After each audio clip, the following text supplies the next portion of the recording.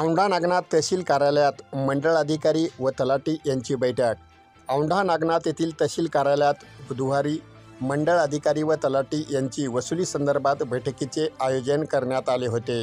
या बैठकीस अप्पर जिल्हाधिकारी खुशाल सिंह परदेशी, उपविभागीय अधिकारी विकास माने, तहसीलदार हरीश गाडे, नायब तहसीलदार वैजनाथ भालेराव, नायब तहसीलदार अनिता कोलगणे, नायब तहसीलदार लता लाकाडे होते।